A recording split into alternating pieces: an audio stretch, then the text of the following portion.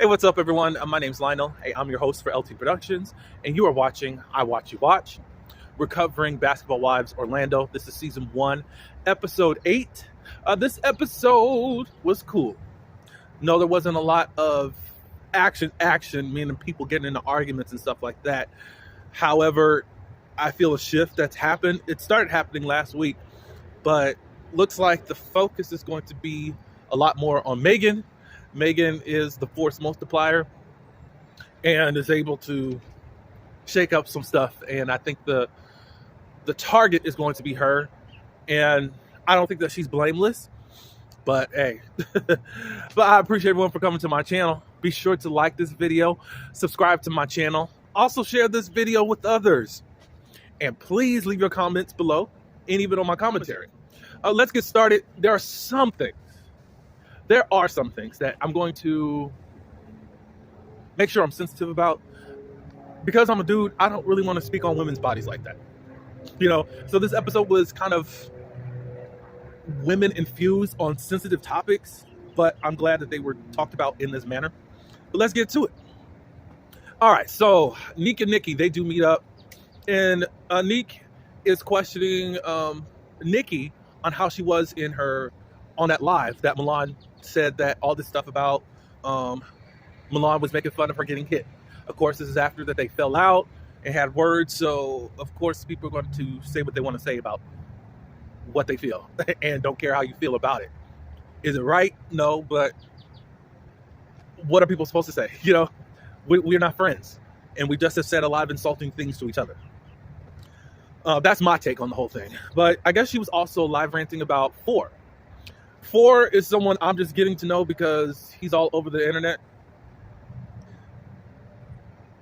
One, I don't care. Well, I don't care about the majority of stuff people do. Some stuff I don't want to see. Some stuff I'm just not interested in seeing. So that's the only thing I know about Four. I don't really know about Black Ink Crew, but I guess that's where Nikki comes from, as I'm being told, and I guess that's where he comes from. So a lot of this stuff is new. So I'm like, ooh. And I know a lot of you all know about him and know about their whole situation. So, Four is Nikki's ex, and I guess they were pretty popular on the Black Ink Crew. Because of the stuff that went on in Four and Nikki's relationship, she doesn't really trust men, and she begins to break down crying. And she also just feels traumatized. Nick says that how you did go off on Four, that she knows that this is not Nikki, the Nikki that she knows. And Nikki is thinking about seeing a therapist. So hopefully you do, because you're way too young to be this traumatized. And I'm not at all coming down on you for being that. But it's like, no, you have too much going for you, and you have too many days ahead of you to let some ninja tear you down like this. So hopefully you do get the therapy that you need. All right, so we do switch over to Megan. She's doing some promotional stuff. Look like she's getting professional photos done, things of that nature. She's planning a live version of her podcast. And she's going to be collabing with 2 more podcasters. One is Kiki Setso and Medina Moreau. I don't know these people, but shout out to you both. So they just talk about the plans of what she wants done. Megan's, futuristic goals. She wants to tour. And then also eventually have her own talk show, being the next Wendy Williams. And I feel like she is the next best thing to Wendy Williams as far as how she orchestrates the mess, orchestrates even her interviews with people. So I can see that happening, and we need a Wendy Williams type back on our screens, because I miss Wendy Williams. Shout out to Wendy. We jump over to Ashley Milan right now. Milan says that she's been feeling ill and down, and she has not talked to Neek yet. To me, that speaks volumes, because people are going in on how messy Megan is, but you need to tell me you don't know how to get things correct with your supposed friend. Of course, you're ill. You don't know how to text and say, hey, I don't feel good right now, and I think we do need to have a conversation, but right now I can't. even if she don't respond. I like, whew, there's just some things that people just don't want to take accountability for. But y'all want to now focus on Megan. Not that Megan doesn't need any focus, but y'all, this is the thing. I think that Milan is fake. I think she's fake. Of course, they do get into a serious talk about certain things. So, how to make her feel better? They do some retail therapy in Ashley's shop. I wonder if it's free or not. I don't know. They start talking about Milan's butt. She talks about getting a BBL at age 18. That's a lot, lady. But she said that she was kind of just talked into it because of the boyfriend that she was seeing. I'm sure that he was older and molded you into something that you did not want to be. And also the pressure of social media. She's lost weight. She's had a breast reduction. But as she's trying to move and do all of her sports things, it's heavy on her butt. Not only has she gotten a BBL, she's gotten those type of shots too. So Ashley talked about her experience of getting shots and what she had to do, because Milan is torn between going under the knife or just actually working out just to see how everything works with her body. She doesn't want to go under the knife if she does not have to. So Ashley's just consulting her. I did get those shots. I think she went through surgery, but she does a lot more exercise too, where her butt still kind of it still looks good or whatever, but obviously less enlarged than what it was. Again, I'm trying to be sensitive and I'm not trying to sound like I'm body shaming at all. So I'm trying to get out of these conversations quickly as possible because that's not the type of heat that I want. Okay, so we move on to Danielle and Morgan. Hey, guess what? They're not talking about their exes and men and stuff like that in this scene. Hey, because I know y'all hate that. So anyways, Danny's talking with Morgan and she says that she took this personality test. And it says that she matches well with people who are supportive and affectionate. But she says that that's not something that she actually likes to receive or used to receiving, so she ends up rejecting it. She kind of accounts that to being with Richard all of this time. It's just not something that she's been able to move past because of how Richard would treat her within relationship. Although she fights up against affection, it's really something that she really wants. And also affirmations. I mean, at this point, Danielle does need that because she did sacrifice her whole career for this ninja that doesn't even want to stay faithful. He dragged her overseas just to now says he wants a open relationship. Okay, because he was already messing with women anyways. So they're going to go on some speed dating. We'll get back to that in just 1 second. All right, so we move back to Ashley. Again, Ashley, we don't get to see her messy side. It looks like she's been able to share more of her personal life to avoid how messy she can be. And she's getting good at it. And I've been saying this for several episodes and several reviews. I mean, you got it. Producers love you in this way so far. They are doing some type of interview, and Tony's going to come out to the world about him being autistic. Because he did test later on in life, he was recognizing from his sons that he possibly has the same symptoms as his sons, and he got diagnosed later. He believes that if he really checked himself out, he would have been able to. It would have been caught and really dealt with at an earlier age. So Ashley's doing some practice questions with him just to make sure he's okay. Right before the actual filming, Ashley asked him, did you want to have your questions in front of you, or you just wanted to do this on a whim? And he said on a whim. I want this to be honest. So that's cool. Good. I'm glad that most of these ladies don't have to be molded a certain way. I just wish there was some more accountability for how some of these girls have actually moved within this group towards people. That's my only objective. It's like, Ashley, you are likable, but we know that there's more about you that you're not sharing and not even trying to admit about doing. All right, so.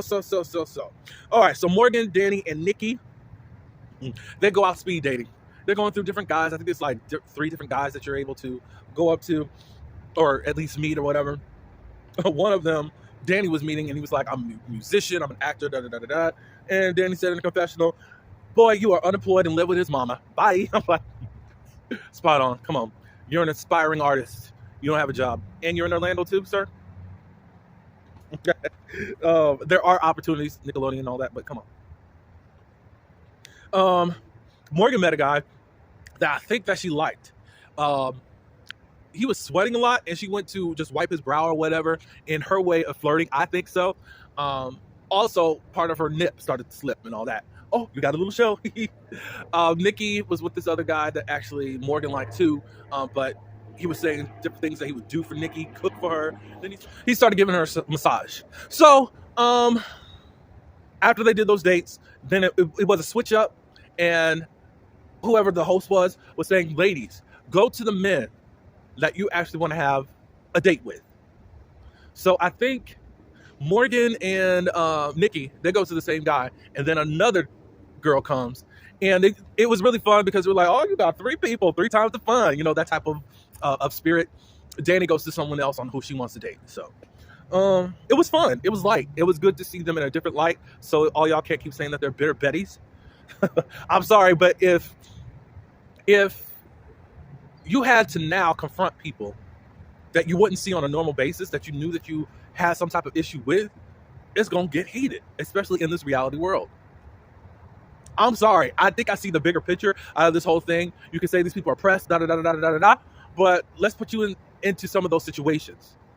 Because a lot of y'all would say, I'm protecting my peace and going to walk out. But no, you got to film with these people. So I want you to film with people that you have beef with and see how you really come out on top.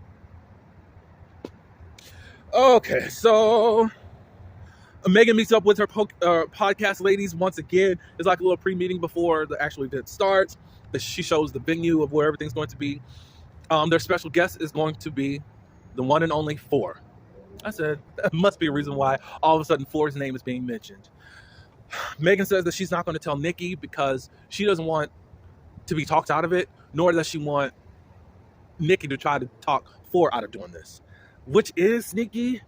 She's trying to do stuff for content and not really, how could I say this? Not really sensitive to other people's feelings. I get you have a job to do, but later on something is confessed that I'm like, oh, Megan, that's not good. And that's why you could be the next Wendy Williams. Career-wise. I don't know how many friends you're going to have. I don't know how many friends you're going to have operating in this way. I'm going to start a poll, and we'll see what you guys think later on after I just talk a little bit more about what happened during this event.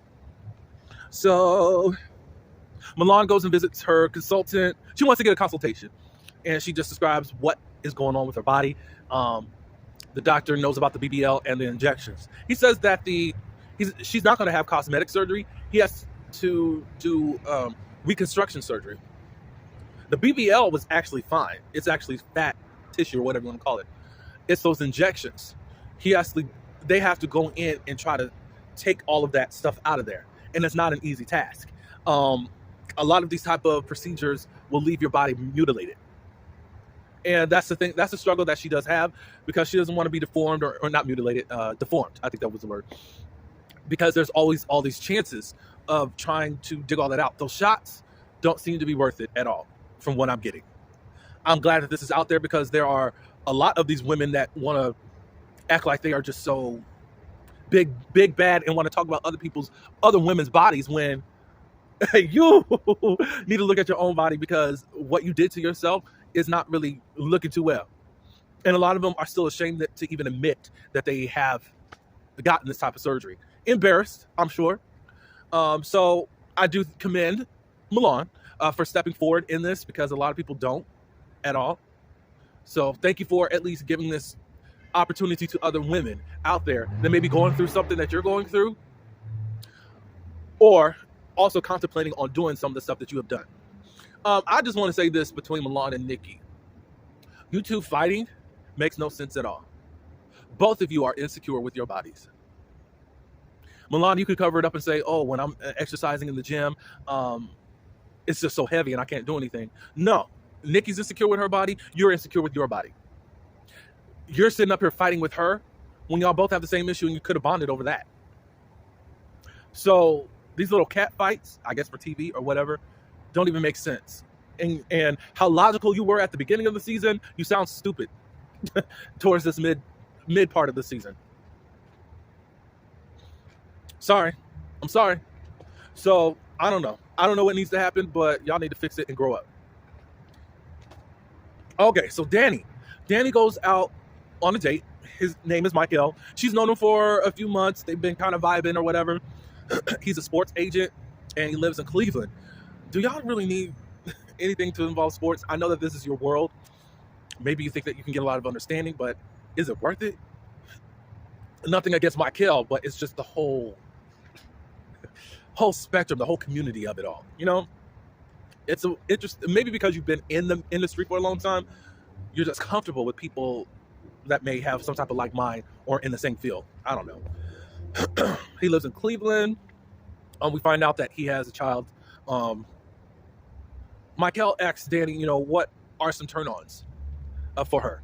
I guess it's for, or who is it? Danny asks Michael.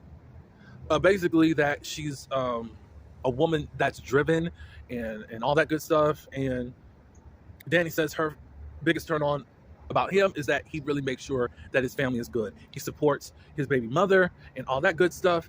And that's something I think that Danny needs, is someone who wants to see someone pursue their goals and their dreams and not caught up under him. That's what it sounds like to me. And I think that is a contrast to what she has received from Rashard.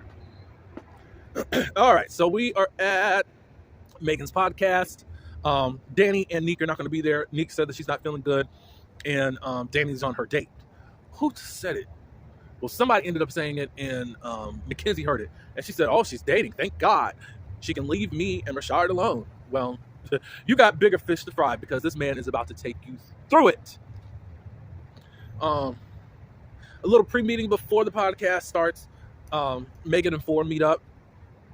Ford doesn't know that Nikki is coming either, but he's just said he's ready to go and talk, and let's go. At the beginning of the show, there's this burlesque show with these women, and they're dancing and being topless and all that good stuff. And then the hosts come out, Megan and those other two podcasters, and they introduce Ford. Ford's in this like those dungeon cape attires or those monk attire type of wear with the cape. Neek shows up and she's got this like red silk, red riding hood cape with a hat on too. It's like, oh. So Nikki was totally blindsided by this. Ford comes out and he talks about all the sexual stuff that he's into and some of the things that he believes started the type of things that he's into. Of course, he's into butt play. He's into other stuff too. Even the whole he's into BDSM. How did he explain certain things? On even being hit in the bedroom, he connects it to his first beatdown as far as being beat up. So you turn your trauma into something sexual. That's deep. I don't know if this is supposed to be acted out sexually or you just need a therapist. I can't tell people what they do in the bedroom is wrong. I don't think that everything that people venture out to do is really healthy. And I don't think that they should be doing it. Because when you trace back to what is really causing people to do stuff, really people are dealing with a lot of trauma. Unhealed trauma. And now when it acted out, when it's supposed to be the most intimate thing shared with the partner. So Nikki's not feeling it. The other ladies aren't feeling it either. Ashley is the confessional thug because she's never going to talk to Megan. I'm going to see if she actually talks to her, but I don't think so. But Ashley said this is typical Megan. She said that she was turning over a new leaf, but here she goes. So you know her. Like some of these people, I just don't know how far these relationship goes.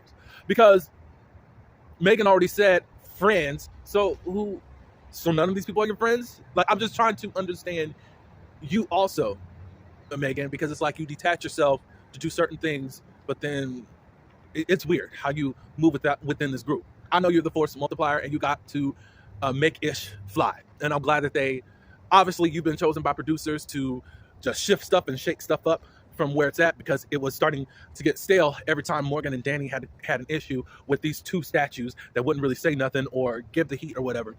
So I really get where you're going to, but Nikki does feel like she's capitalizing off the stuff that she told Megan. And we go back to a flashback of Nikki did Megan's podcast before. So that is a sensitive thing, even though Ford is not talking about anything personal as far as relationship wise. He's just staying on brand as far as what he likes to do sexually. Nikki just feels a different way. So I kind of changed my mind. I don't know. Maybe, I don't know, Nikki. I know you're traumatized by this man. He didn't, well, I don't know your history. I can't even touch that. According to what I heard last night, I don't think Megan used it against you or capitalizing off of your interview. However, I don't know the history of you guys' relationship. I didn't watch Black Ink Crew, so I don't have that much to say. But anyways, that's all I do have. Please get in the comments and let me know what you thought of this episode. Is there stuff that I need to be filled in on? I'm not going to go watch Black Ink Crew. Just to let you know that.